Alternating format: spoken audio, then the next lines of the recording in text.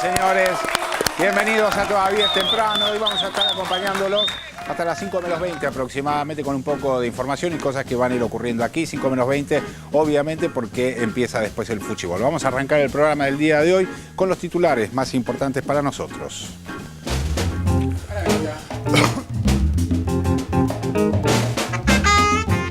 Discriminado y golpeado. Agreden por ser homosexual a un adolescente de una escuela de Corrientes. Según la familia de la víctima, el chico que fue pateado en los testículos por una compañera venía siendo blanco de hostigamiento por su condición sexual desde hacía mucho tiempo. Campo travieso. Bussi anunció que el campo hará un lockout de una semana. El líder de la Federación Agraria adelantó que el paro agroganadero será anunciado mañana por la mesa de enlace y supone un cese por 7 días en la comercialización de granos y hacienda. Juntos y revueltos. El miércoles vence el plazo para presentar las alianzas para las elecciones de octubre.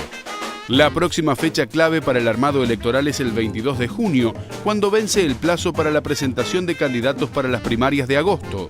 La campaña para las PASO comenzará el 12 de julio. Hielos continentales. Entre hoy y mañana se disputa en Buenos Aires el primer campeonato latinoamericano de helado artesanal. Los representantes de la Argentina aclararon que el padrino del equipo no es Riquelme, aunque admitieron que hubiese sido buenísimo, porque es el que mejor representa la idea de ponerle el pecho frío a la celeste y blanca. Muy bien, señores, les debo presentar como todos los días a la señora Mariana Carvajal. ¿Cómo le va, Carvajal? ¿Qué dice? ¿Todo bien? ¿Qué tal, Lucho? ¿Cómo va? Bien, muy bien. Por suerte todo en orden. También está hoy con nosotros, venido recién llegado recientemente desde el este, no sé, de algún lugar así exótico del mundo, el señor José Natanson. ¿Qué tal? ¿Cómo andan? ¿Qué tal, Lucho? Bien, todo bien. Todo en orden. Bueno, buenas tardes. Buenas tardes, Magallanes. ¿Cómo le va? ¿Cómo le va? Fantástico. Bien, bien. ¿Todo en orden usted?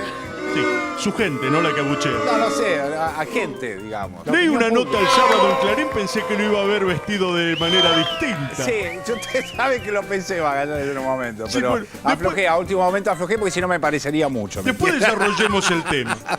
¿Cómo, perdón? No lo escuché. Desarrollemos el tema después, si quiere. No lo vamos a desarrollar al tema. Vamos a pasar directamente a uno de los temas importantes del día de hoy que tiene que ver con el anuncio que hizo un sector, o por lo menos Bussi, Eduardo Bussi, la Federación Agraria, alrededor de un paro del campo. Sí, un lockout, digamos, ¿no? De las entidades que nuclean a los productores del campo de no comercializar granos durante una semana y no comercializar tampoco hacienda, carne, digamos.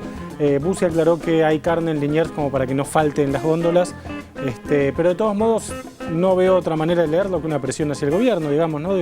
Hubo ya hace un año, y no es casual, más o menos por esta misma época, en junio, un lockout parecido.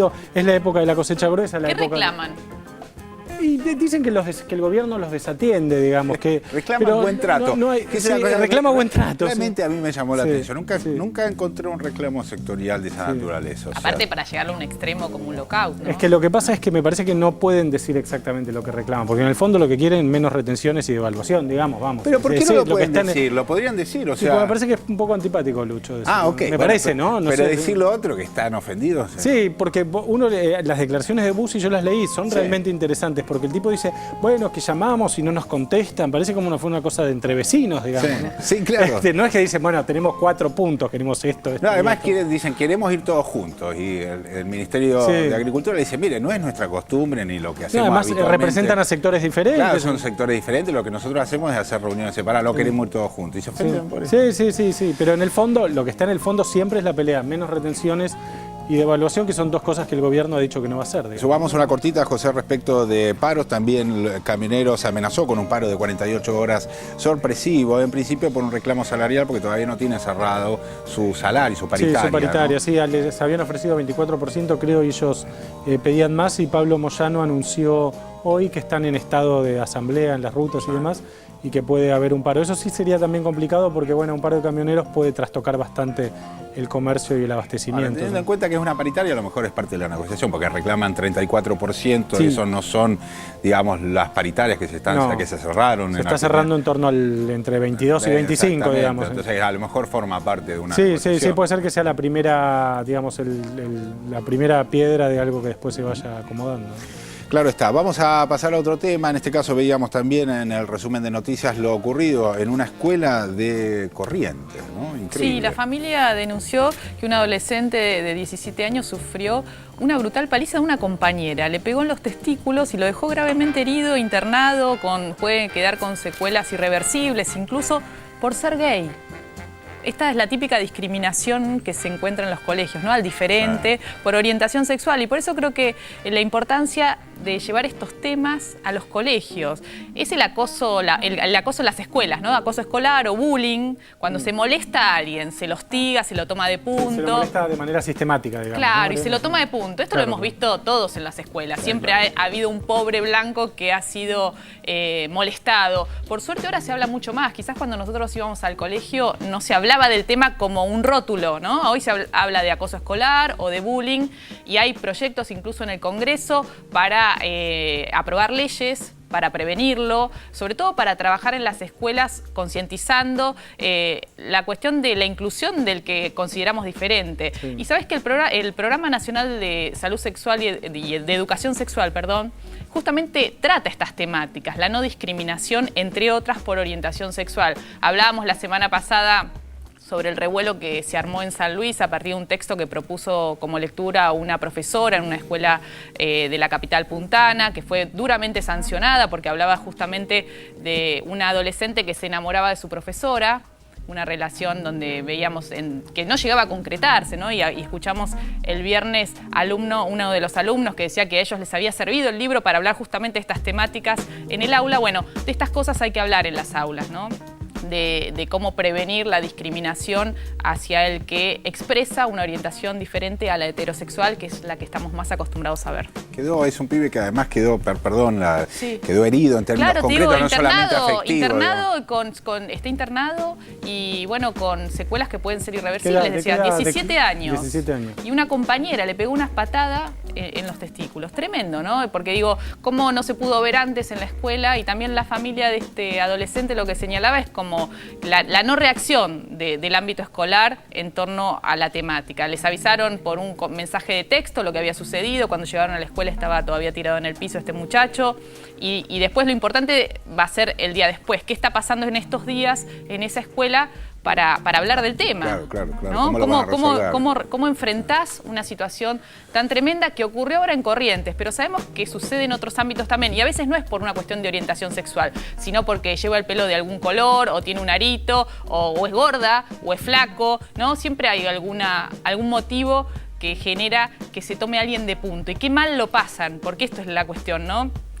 Los adolescentes ya en ese proceso de adolecer que tiene ese periodo evolutivo, se sufre más. se sufre más es complicado todo. ser adolescente sin que te tomen de Imagínate. punto, digamos. Y cuando pasan estas cosas realmente se la pasa muy mal, y creo que por eso en las escuelas y en las casas se debe estar atento para dar contención y para prevenir y decirle a los demás que esto no hay que hacerlo, ¿no? Que hay que tratar a todos sin discriminar. Señor José Natanson, lo agarramos de sobrepique Sí. aquí en la República Argentina. Pero estamos. Estamos, lo mismo, Estamos. estamos. Llegamos, pero... Tiene que Sí. ver, obviamente, con la cuestión política, la cuestión de las alianzas, Sí. que está bastante complejo. Sí, está convulsionado. ¿no? Yo lo estuve tratando de seguir un poco desde afuera. Es complejo seguir desde afuera, digamos, ¿no? Porque Tenés que tener como una ayuda, un ¿no? Excel hay que Sí. hacerse, Hay que un hacer Excel, un un Excel, PowerPoint. un PowerPoint, sí, para poder orientarse un poco. Sí, vamos a ver si te parece un Dale. informe sobre las alianzas políticas que hay en danza, obviamente, de cara a las elecciones primarias. Las vemos. A menos de 2 días del cierre de alianzas y con vista a las próximas elecciones primarias, las fuerzas políticas empiezan a cerrar filas. En el nombre de evitar la dispersión del voto, el, abro comillas, progresismo opositor, cierro comillas, nos ofrecerá en Capital un suculento revuelto gramajo que incluiría a la UCR, el socialismo, Libres del Sur y un sector de la coalición cívica enfrentado a los grupos liderados por Pino y Lilita. En provincia de Buenos Aires, los radicales de Ricardo Alfonsín, el Gen de Stolbizer y el socialismo parecen haber llegado a un acuerdo luego de la purga de Narvaísta. Por su parte, el hombre de color rojo que insta a elegir entre Cristina y vos, lejos del alfonsinismo de antaño, hoy se empieza a sentir cada vez más cómodo con Mauricio y su militancia con Vivos Amarillos. Asimismo, las especulaciones en torno a la posición que asumirán algunos freelance del Frente para la Victoria sigue siendo una verdadera incógnita. ¿Se animarán a fijar una posición clara o pegarán el salto definitivo? Más allá de las alianzas definitivas y de las chicanas de ocasión, ¿se convertirá alguna de estas fuerzas en una propuesta genuina que enriquezca el debate entre oposición y oficialismo para las elecciones legislativas que vienen? Está mezclado, ¿no? El tema. Sí, a ver, por un lado es natural que a 2 días de que se cierren las alianzas, porque eso es el eje del informe, digamos, en 2 días, los partidos políticos tienen que avisarle oficialmente a la justicia electoral con quiénes van a ir aliados. O sea, por ejemplo, la UCR va aliada con el socialismo en cada distrito, ¿no? Porque esto es siempre por distrito. Entonces es lógico que se produzcan todos estos revuelos antes. Ahora, a mí lo que me impresiona un poco es esta especie como de reino de la táctica que es, ¿no? Donde todos parecen como que todos pueden estar un poco con todos, y también se analiza un poco, y me parece que vale la pena hacerlo, el tema de las alianzas contra natura, digamos, ¿no? O sea, ¿cuál es la efectividad de estas alianzas contra natura? Hay experiencias variadas, que Ricardo Alfonsín llevó de candidato a gobernador de la provincia de Buenos Aires a Francisco de Narváez, le fue pésimo, malísimo. Y parece que no va a repetir ahora. Parece que se curó en espanto. Todos cuando vimos eso nos parecía que era una alianza, yo digo contra natura, en sentido de una alianza artificial, que no tiene, o sea, no provienen de ninguna tradición de pensamientos paralelos, ideológica, ni tienen una agenda en común, ni uno diría, bueno, ahora, hay en la historia argentina otras alianzas que por ahí en algún momento parecían contra natura, digo, de la Rúa Álvarez, por ejemplo, UCR Frepaso, y que después fueron electoralmente exitosas, más allá del desastre que fue. Pero, por ejemplo, Carrió con Pino Solanas. Sí. Bueno, cuesta verlo en la misma boleta. Ahora, y Mariana, Carrió con Pino Solanas, con Prat Gay, con los radicales. Sí. De hecho, hoy hay unas declaraciones. Con Tumini. Hay unas declaraciones bastante graciosas de Solanas que avisa que esta alianza es táctica y de cara a las elecciones. Porque la alianza de él que hace es con Carrió. Ahora, con los radicales y con Prat Gay, que son los otros, porque aclaremos, de un lado van Pino Solanas y Carrió, y del otro lado en la Unión Cívica Radical con Ricardo Gildavedra, Alfonso Prat Gay, y Libres del Sur con Victoria Donda. Estos son los dos polos de las alianzas de capital que van a disputar la interna abierta. Ya Pino Solanas dijo hoy que la alianza con los radicales y con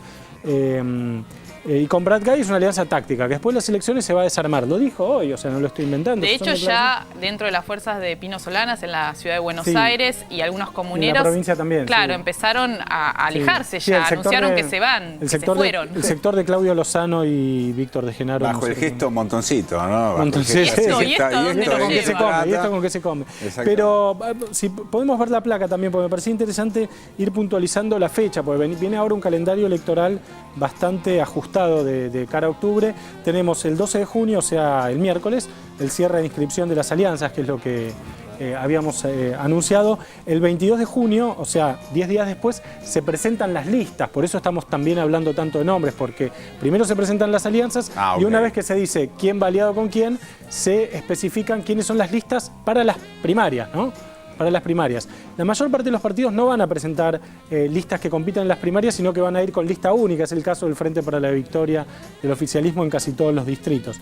El 11 de agosto son las elecciones PASO, donde, como sabemos, son obligatorias, o sea, todos tenemos que ir a votar. Lo que habría que aclarar, porque el otro día en charla así entre amigas no tenían muy claro que eran obligatorias, decían, pero no hay que estar afiliado, no, tiene que ir a votar, vos elegís la boleta que vos querés, pero es una interna en la cual es obligatoria. Se hizo en la última elección presidencial, esta es la primera vez que se hace para una legislativa, pero es la nueva ley electoral que especifica internas abiertas y obligatorias para todos los partidos políticos. Es decir, la ciudadanía entera, el padrón electoral entero, decide los candidatos de cada partido. Vos podés votar, obviamente, por un solo partido, no podés ir y votar en las internas de diferentes partidos, pero la idea es que la población tenga una incidencia especial o una incidencia fuerte en la vida interna de los partidos, es decir, que no sea un grupo cerrado el que decide, sino que sea toda la gente. Ahora, en la mayor parte de los partidos, y esto también hay que decirlo, hay lista única, es decir, hay listas de consenso. Entonces, bueno, en esos lo único que hace uno es ir y poner, si quiere, la única lista que hay, que fue lo que pasó también